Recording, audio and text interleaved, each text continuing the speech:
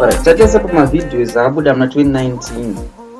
So far Enzo Aisha is the best video in terms pazvinhu zvese zviri kubuda, but problem inoitika manje ndeyekuti Zimbabwe tine our beliefs nezvunhu because tichiri kusumuka, tichiri kutanga.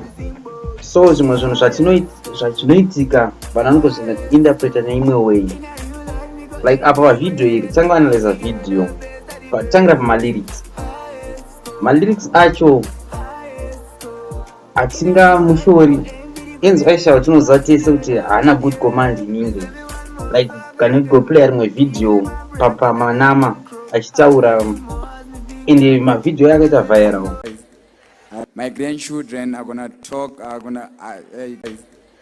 my grandchildren are gonna talk, ende vanhu vanoziva kuti Enzo Aisha chirungu mahwani. Then tasvika pamalyrics chirungu manje aya vanhu vanje vane way yavakuinterpreta, because isi tikatarisa tinoteerera vana Poptan, vana Alkaline, but tisingaigwa nemalyrics. Dzimwe wacho tongonagwa nemabhiti, nagwa nemavisuals ari kubuda, but uyu ndewedu takujaja. Then imwe problem ikuitika maybe vanhu vanenge vane tatarisa Prophet Passion vakatangaita zvemangoma kudhara. Ngoma redeem pakaitwa remix yaungi D yekuti 25 pachimbwa birthday rake naNinja Kid.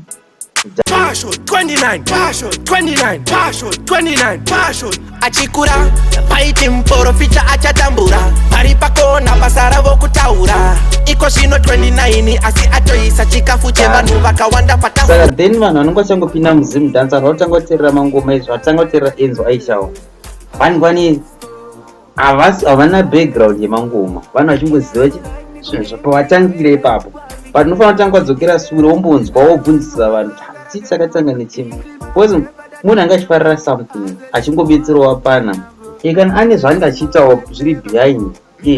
Mumwe nomwe ane chanoita chiri behind, but kwete unozojaja mafana wemageto youth vachipfira nyaya dzevamwe vanhu.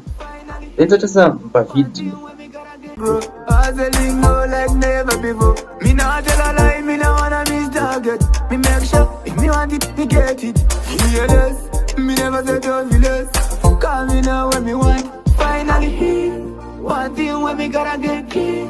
I wanna hear me say video kana tichitora so maZimbabwe takutora kunge vanhu vaya vanobhiliva kuti munhu akafa mufirimu afa, because isusu tonatsoziva kuti mumafirimu taiona vanhu achidisappear namai azuka kana vanhu kuti James Bond afa ndi, but iwo kana vazotora kuti James Bond atofa mufirimu afa hameno unongochitora kuratidza kuti hameno pfungwa dzako, because one video at the end rabuda kuti rakadirectwa naBuffalo. And kana tabvunza vanhu vanoita zvemavideos munhu anouya then omupa mapfungwa dzako.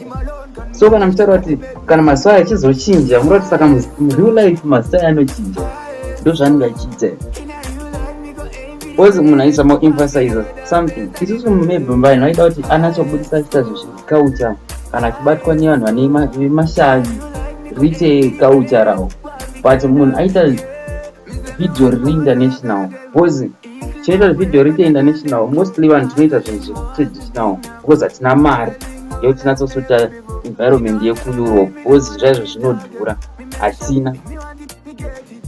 So my advice will be let's support each other guys. Tiri vanhu venyika imwe varume tongosapotana. Mumwe paipai atanga atoisa like, but just because akazoreadha macomments ivanhu vakatanga kuisa akaona pani abato zvokuti kuisa like after the dislike. So let's put music yedu inde pamusoro tiendewo mberi. Like Nigerian music they are supporting each other, music yavari kutoenda mberi. Thank you for your time.